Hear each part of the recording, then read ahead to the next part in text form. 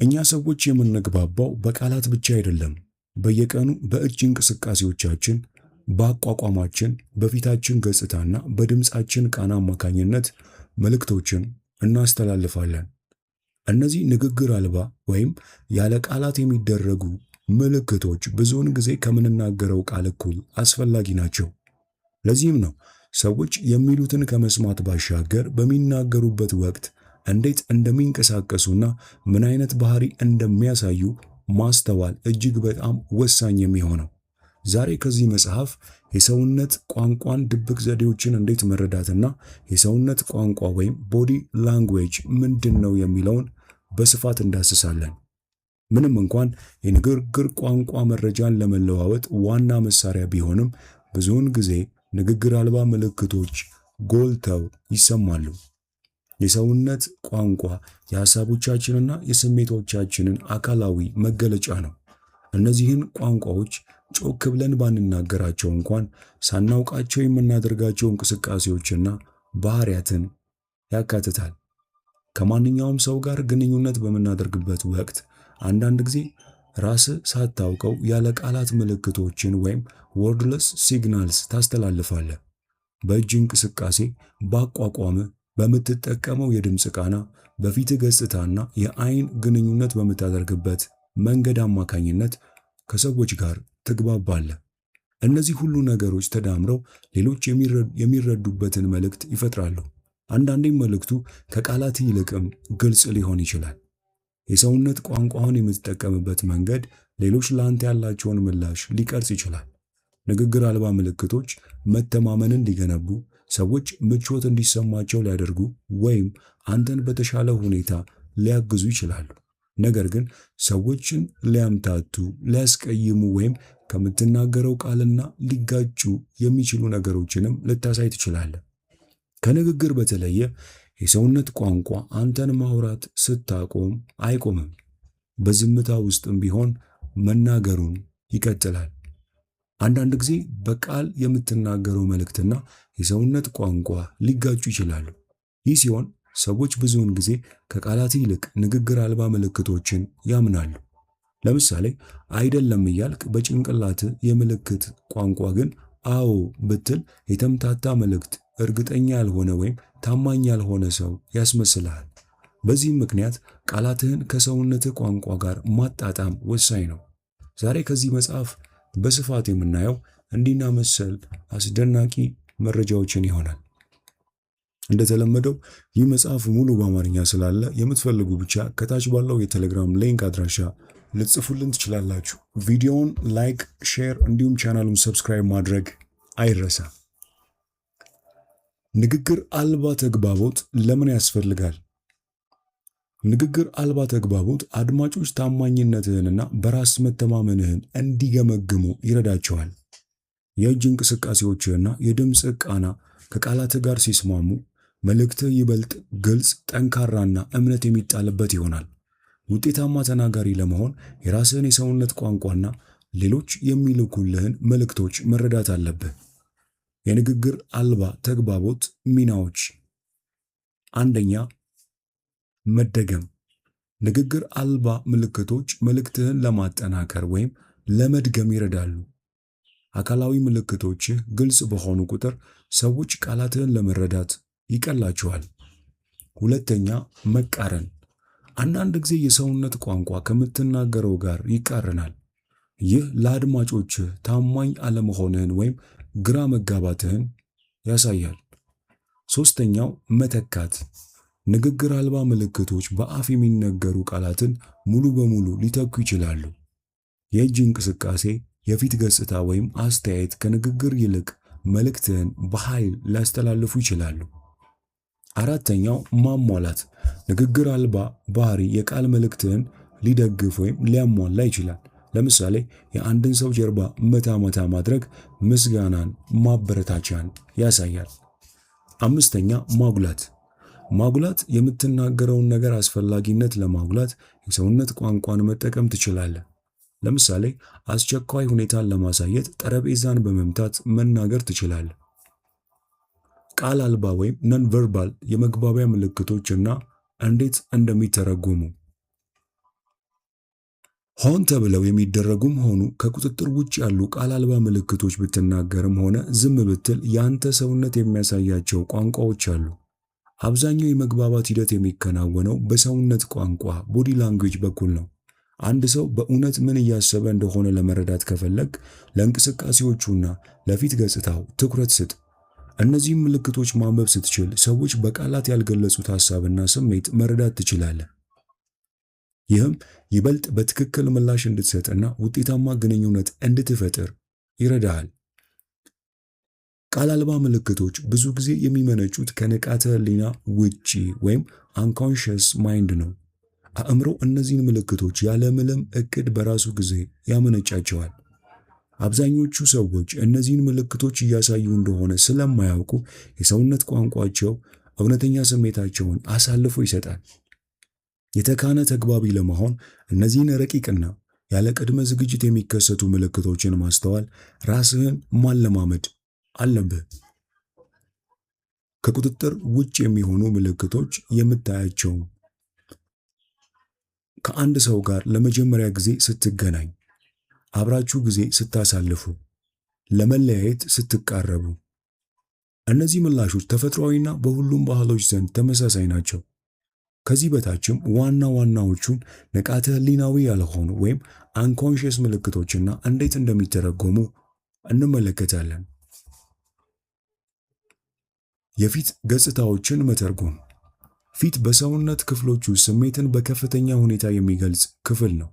እንደ ደስታ፣ ሐዘን፣ ቁጣ፣ ፍርሃት፣ ጥላቻ፣ መደነቅና ንቃት ያሉ ስሜቶችን ማሳየት ይችላል። የፊት ገጽታዎች ከቃላት ይልቅ እውነትን በግልጽ ያሳያሉ፣ ምክንያቱም በንቃተ ህሊና ለመቆጣጠር አስቸጋሪ ናቸውና። የፊት ገጽታዎች ማንበብ መቻል ሌሎችን ለመረዳት ወሳኝ ነው። በአንድ ሰው አይኖች፣ አፍ፣ ቅንድቦችና ጉንጮች ላይ የሚታዩትን መጠነኛ ለውጦች በማስተዋል ውስጣዊ ስሜታቸውን መለየት ትችላለህ። ከዚህ በታች የተለመዱ የፊት ገጽታዎችንና ትርጉማቸውን እንመለከታለን። ዓለም አቀፍ የፊት ገጽታዎችን እናንብብ። ደስታ። እውነተኛ ደስታ በተፈጥሯዊ ፈገግታ ይገለጻል። ጥርሶች ሊታዩ ይችላሉ፣ ጉንጮች ወደ ላይ ከፍ ይላሉ፣ እንዲሁም በአይኖች ዙሪያ ትናንሽ ሽብሽቦች ይፈጠራሉ። የውሸት ፈገግታ አፍን ብቻ ያካትታል። አይኖች ምንም ለውጥ ካላሳዩ ፈገግታው ከልብ አይደለም። ሐዘን። ሐዘን የሚገለጸው ቅንድቦች ወደ ላይና ወደ ውስጥ ሲሰበሰቡ ነው። ይህም በቅንድቦች መካከል የሶስት ማዕዘን ቅርጽ ይፈጥራል። የታችኛው ከንፈር ወደ ውጭ ሊገፋም ይችላል። እውነተኛ ሐዘን አስመስሎ ማሳየት ከባድ ነው። ንቀት። ንቀት የሚታየው የአፍን አንዱን ጫፍ በትንሹ ከፍ በማድረግ ይህም ግማሽ ፈገግ ወይም ማሾፍን ይወክላል። ጥላቻ ወይም መጸየፍ። መጸየፍ ቅንድብን ዝቅ ማድረግ እና አይንን በማጥበብ ይታያል። ይህ ደስ የማይል ነገር ያጋጠመው ሰው የላይኛው ከንፈር ወደ ላይ ሊሰበሰብ ይችላል። መደነቅ። መደነቅ ቅንድቦችን ወደ ላይ ከፍ በማድረግ የተረጋጋ ቅርጽ እንዲይዙ ያደርጋል። ከስራቸው ያለው ቆዳም ይለጠጣል። በግንባር ላይ አግድም መስመሮች ሊታዩ ይችላሉ። ፍርሃት። ፍርሃት ቅንድቦችን እያቀራረበ ወደ ላይ ከፍ ያደርጋቸዋል። አይኖች ይፈጣሉ። የላይኛው የአይን ቆብ ወደ ላይ ይወጣል እናም ሊከፈት ይችላል። የአፍንጫ ቀዳዳዎችም ሊሰፉ ይችላሉ። ቁጣ። ቁጣ ፊትን ወጠር እንዲል ያደርጋል። ቅንድቦች ዝቅ ብለው ይገኛሉ። በመካከላቸውም የተሰመሩ መስመሮች ይታያሉ። የአይን ቆቦች ይወጠራሉ፣ እንዲሁም ከንፈሮች ጠብቀው ይገጠማሉ። የአፍንጫ ቀዳዳዎችም ሊሰፉ ይችላሉ። ፊትን መተርጎም። የአይን እንቅስቃሴዎችን መተርጎም። አይን የነፍስ መስታወት ናት ይባላል። ይህ የሆነበት ምክንያት ብዙ የተደበቁ ስሜቶችን በአይን በኩል ሊነበቡ ስለሚችሉ ነው። የሚከተሉት ልብ ሊባሉ የሚገቡ ዋና ዋና ምልክቶች ናቸው። አይንን መርገብገብ። አይን መርገብገብ ተፈጥሯዊ ነው፣ ነገር ግን በፍጥነት መርገብገብ ብዙውን ጊዜ ምቾት ማጣትን፣ ውጥረትን ወይም መረበሽን ያሳያል። በጣም የዘገየ መርገብገብ ደግሞ አንድ ሰው ስሜቱን ለመደበቅ ወይም ለመቆጣጠር እየሞከረ መሆኑን ሊያመለክት ይችላል። ዓይንን መከልከል። ሰዎች ደስ የማይል የሚያስፈራ፣ ምቾት የማይሰጥ ነገር ሲያዩ በተፈጥሮ ዓይኖቻቸውን ይሸፍናሉ ወይም ይከልላሉ። ይህ ባህሪ ምቾት ማጣትን፣ ከፊታቸው ያለውን ነገር አለመቀበልን ያሳያል። የዓይን ብሌን መስፋት። ብርሃን ሲቀንስ ወይም አንድ ሰው ስሜት ቀስቃሽ ነገር ሲያይ የዓይን ብሌን ይሰፋል። የሰፉ ብሌኖች ብዙ ጊዜ ፍላጎትን ወይም መሳብን ያመለክታል። ዓይንን ማጥበብ። ዓይንን ማጥበብ ብዙ ጊዜ አለመውደድን ወይም ጥርጣሬን ያሳያል። አንድ ሰው በሚያየው ወይም በሚሰማው ነገር አለመስማማቱን ሊያሳይ ይችላል። ቅንድቦች። ቅንድብን ከፍ ማድረግ ትኩረትን ይስባል፣ እንዲሁም መደነቅን፣ አጽንዖትን ወይም የመረዳት ፍላጎትን ያሳያል። ትኩር ብሎ መመልከት። ረዥምና ጠንካራ የሆነ እይታ አለመስማማትን ወይም የበላይነትን ሊያመለክት ይችላል። በሌላ በኩል ከዓይን ወደ አፍ ከዚያም ወደ ሰውነት የሚደረግ የዘገየ እይታ ብዙውን ጊዜ ለሌላኛው ሰው ያለ የፍቅር ወይም ጥልቅ ቅርበት ፍላጎት ያሳያል። የጎንዮሽ እይታዎች። በጎን በኩል ማየት እርግጠኛ ለመሆን ጥርጣሬ፣ ጉጉትን ሊገልጽ ይችላል። ቅንድብን ከፍ በማድረግ የጎንዮሽ እይታ ማሳየት ፍላጎትን ሲያሳይ፣ የተኮማተረ ቅንድብ ግን አለመተማመንን ያሳያል። የሚቅበዘበዙ ዓይኖች። ፈጣንና እረፍት የሌለው የዓይን እንቅስቃሴ በራስ አለመተማመን፣ ምቾት ማጣት፣ ከሁኔታው ለማምለጥ መፈለግን ይጠቁማል። የዓይን ግንኙነት መጠበቅ። ቀጥተኛ የዓይን ግንኙነት በራስ መተማመንን፣ ቅንነትንና ቁም ነገርን ያሳያል። መልእክትህን ለማጠናከርም ይረዳል፣ እንዲሁም የበለጠ ተአማኒ እንዲኖር ያደርጋል። የአፍ እንቅስቃሴዎችን መተርጎም። አፍ እንደ በራስ መተማመን፣ ጭንቀት ወይም ሐሳብን አለመቀበል ያሉ ስሜቶችን ይገልጻል። የተሰበሰበ ከንፈር አለመተማመንን፣ ተቃውሞን ወይም አለመውደድን ያመለክታል። ከንፈርን መንከስ ጭንቀት፣ መረበሽ ወይም ማመንታትን ያሳያል። ወደ ላይ የተዘረጋ አፍ ደስታን ወይም ተስፋን ያሳያል። ወደ ታች የተዘረጋ አፍ ሐዘንን ወይም ቅሬታን ይጠቁማል። የእጅ ምልክቶች። የእጅ ምልክቶች በባህል ይለያያሉ፣ ነገር ግን ብዙ ሰዎች ዓለም አቀፋዊ ትርጉም አላቸው። የተጨበጠ ጡጫ ቁጣ ወይም ኅብረትን፣ አብሮነትን ያሳያል። አውራ ጣትን መቀሰር ተቀባይነትን፣ ይሁንታን ያሳያል። አውራ ጣትን ወደ ታች ማድረግ ተቃውሞ፣ አለመቀበልን ያሳያል። የቪ ምልክት ሰላም ወይም ድልን ያሳያል። የክንድና የእግር ምልክቶችን መተርጎም። ክንዶችና እግሮችም ስሜትን ይገልጻሉ። ክንዶችን ማጣመር መከላከልን፣ ራስን መጠበቅን፣ ወገብ ላይ እጅ ማድረግ ዝግጁነትን፣ ስልጣንን ወይም ነገረኛነትን ያሳያል። እጅን ወደ ኋላ ማጣመር ጭንቀት፣ መሰላቸት ወይም ብስጭትን ሲያሳይ፣ እግርን ማጣመር ዝግ የሆነ አመለካከት ወይም የግል ክልልን መፈለግ ያሳያል። የሰውነት ቋንቋን መተርጎም። አቋም በራስ መተማመንንና ክፍትነትን ያስተላልፋል። ክፍት የሆነ አቋም ከፍ ያለ ደረትና ዘና ያሉ እጆች ወዳጃዊነትና ፈቃደኝነት ያሳያሉ። ዝግ አቋም የጎበጠ ሰውነትና የተጠላለፉ እጆች ጭንቀትን፣ ጠላትነትን ወይም ምቾት ማጣትን ያመለክታሉ። ቀጥ ያለ አቋም በራስ መተማመንን፣ ትኩረትንና ንቃትን ያሳያል። የንክኪ ትርጉም። ንክኪ ጠንካራ መልእክቶችን ያስተላልፋል። ጠንከር ያለ የመጨባበጥ ሰላምታ በራስ መተማመንንና ሞቃት ስሜትን ያሳያል። ማቀፍ፣ ቸብ ማድረግና መያዝ እንደ ፍቅር፣ የበላይነት ወይም ማጽናናት ያሉ ስሜቶችን ይገልጻል። የድምፅ ቃናን መተርጎም። ለቃላቶች ብቻ ሳይሆን እንዴት እንደተነገሩ ትኩረት መስጠት አለብን። ቃና ፍጥነት፣ ቆም ማለት፣ የድምፅ መጠንና ቅላጼ ቁጣ፣ በራስ መተማመን፣ ሽሙጥ፣ ተነሳሽነት ወይም ፍቅርን ይገልጻሉ። ከሰዎች ጋር መስማማትና መግባባት። የግል ክልል ወይም ፐርሰናል ስፔስ። አብዛኛው ሰው አንድ እንግዳ ሰው በጣም ተጠግቶ ሲቆም ምቾት አይሰማውም። ይህ ምቾት ማጣት በግል ክልል ውስጥ እንደ መግባት፣ እንደ ጥቃት፣ እንደ ማስፈራራት ሊቆጠር ይችላል። የግል ክልል የሚባለው ሰዎች በሚገናኙበት ጊዜ እንደ ግንኙነታቸው አይነት የሚጠብቁት ርቀት ነው። አካላዊ ርቀት ብዙ ቃል አልባ መልእክቶችን ያስተላልፋል። በዕለት ተዕለት ግንኙነት ውስጥ በአራት ዋና ዋና የርቀት ዞኖች ውስጥ እንንቀሳቀሳለን። የቅርብ ወይም የልብ ርቀት ኢንቲሜት ዲስታንስ ከ16 እስከ 25 ሴንቲሜትር። ይህ እጅግ በጣም የቅርብ ርቀት የሚፈቀደው ጥብቅ ግንኙነት ላላቸው ቁርኝነት ላላቸው ሰዎች ብቻ ነው።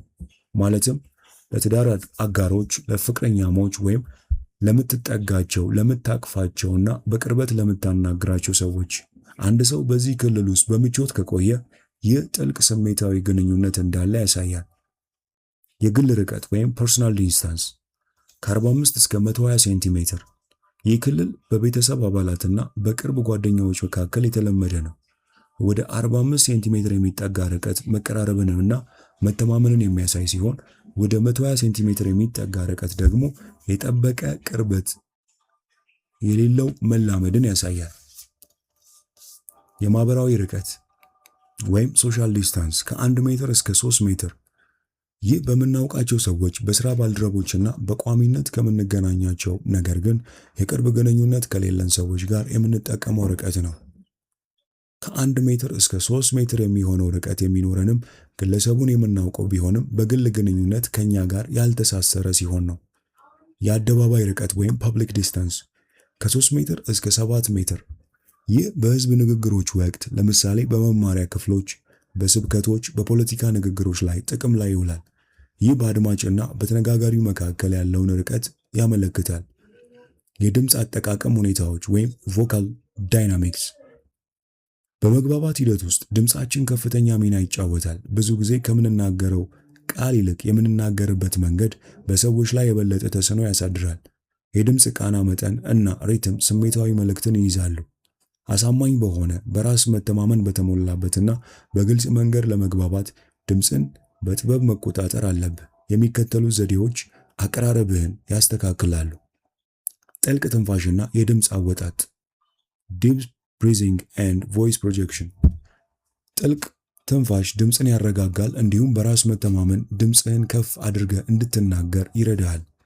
ሳምባህ አየር ሲሞላ ድምፅህ ይበልጥ ጠንካራ፣ ጥርት ያለና ትኩረት የሚስብ ይሆናል። ትክክለኛ የድምፅ አወጣጥ መልእክትህን በክፍሉ ውስጥ ላሉ ሁሉ እንዲደርስ ያደርጋል። የድምፅ ቅላጼ ለውጥ ይህ የድምፅን ውፍረት ወይም ቅጥነት ያመለክታል። ወጥ የሆነ ንግግርን አስወግድ። የድምፅ ቅላጼን መቀየር አድማጮች ትኩረታቸውን እንዳይበታተን የሚረዳ ሲሆን ዋና ዋና ነጥቦች አጽንዖት ሰጥቶ ለማየት ይጠቅማል። የድምፅ ጥራት ወይም ቮካል ቮይስ ወይም ቮይስ ኳሊቲ ድምፅ ለስላሳ፣ ሻካራ፣ ደስ የሚል፣ ከፍተኛ፣ ጠንካራ፣ አስገዳጅ ወይም ረጋ ያለ ሊሆን ይችላል። ይህ የድምፅ ሁኔታ ሌሎች የአንተ ስሜቶችና ዓላማዎች እንዴት ነው የሚረዱት የሚለው ላይ ተጽዕኖ ይፈጥራል። ስሜትን የሚገልጽ የድምፅ ጥራት ግንኙነትን ይበልጥ አሳማኝ ያደርገዋል። በሰውነት ቋንቋ ላይ ተጽዕኖ የሚያሳድሩ ምክንያቶች ከሌሎች ጋር ለመግባባት ባሉት ችሎታ ላይ ተጽዕኖ የሚያሳድሩ በርካታ ምክንያቶች አሉ። ቃል አልባ ምልክቶች ወይም ነርቨርባል ሲግናልስ ለእጅ እንቅስቃሴዎች፣ ለፊት ገጽታዎች፣ ለአይን ግንኙነቶች ትኩረት ስጥ። እነዚህ ምልክቶች ብዙውን ጊዜ ከተነገሩ ቃላት የበለጠ መልእክትን ያስተላልፋሉ። የባህሪ ወጥነት ወይም ቢሄቪየራል ኮንሲስተንሲ የአንድ ሰው ገጽታ ከሚናገረው ቃል ጋር መጣጣም አለበት። ካልተጣጣመ ግለሰቡ የሆነ ነገር እየደበቀ ወይም እየዋሸ ሊሆን ይችላል። የንግግር ቃና ወይም ቶን ኦፍ ስፒች የተናጋሪው ቃና ስሜት እንደ ንዴት፣ ፍርሃት፣ ደስታ፣ በራስ መተማመን ወይም ጥርጣሬን ያስተላልፋል። የድምፅ ቅላጼንና ስሜታዊ ይዘትንም ልብ በል። የአይን ግንኙነት ወይም አይ ኮንታክት የአይን ግንኙነት ማድረግ በራስ መተማመንንና ፍላጎትን ያሳያል። የአይን ግንኙነትን መሸሽ ደግሞ በራስ አለመተማመንን ወይም ታማኝ አለመሆንን ሊያመለክት ይችላል። ነገር ግን ከመጠን በላይ የሆነ የአይን ግንኙነት እንደ ጠበኝነት ወይም ግጭት ፈላጊነት ሊታይ ይችላል። አውድና ሁኔታ ኮንቴክስት ኤንድ ሲቹዌሽን የተለያዩ ቦታዎች የተለያየ አይነት የመግባቢያ ዘዴ ይፈልጋሉ። ሙያዊ አካባቢዎች መደበኛ ባህሪን ሲጠይቁ፣ ወዳጅነት የተሞላባቸው አካባቢዎች ደግሞ ዘና ያለና ስሜትን የሚገልጽ መግባባትን ይፈቅዳሉ። ልምምድ ወይም ፕራክቲስ የመግባባት ክህሎትን ለማሻሻል የራስህን ቃል አልባ ምልክቶች በየጊዜው ገምግማቸው፣ እንዲሁም የሌሎችን መልእክቶች ማንበብ ተለማመድ።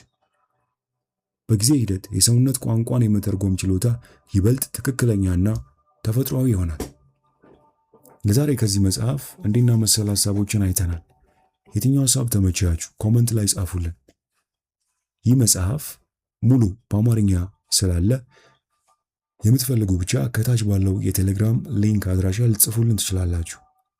እንዲሁም ቪዲዮን ላይክ፣ ሼር፣ ቻናሉንም ሰብስክራይብ ማድረግ አይረሳም። በሚቀጥለው ጊዜ እንዲና መሰል ህይወት ለዋጭ መጽሐፎችን ወደ እናንተ ይዘን እስክንመጣ እስከዛው ቸርን ሰንብት።